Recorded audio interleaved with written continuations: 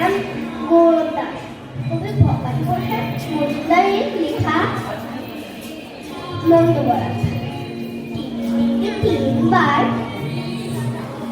করে যদি ঠিক ঠিক শুনি নাকি সব কিছু করে যায় ঠিক ঠিক। তাই ভাই খেতে ফুটে সব মাছ বাঁচাতে ৬,০০০ টিকটিকি পুষে রাখি খাঁচাতে। সারাদিন বলি বসে রাজা হই রাজা হই। কত দামা কাজগুলো ঠিক ঠিক করে কই।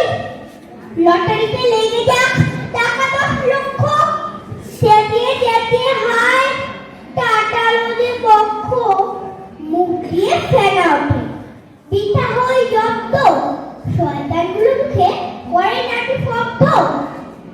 এইভাবে ৩ মাস মিঠে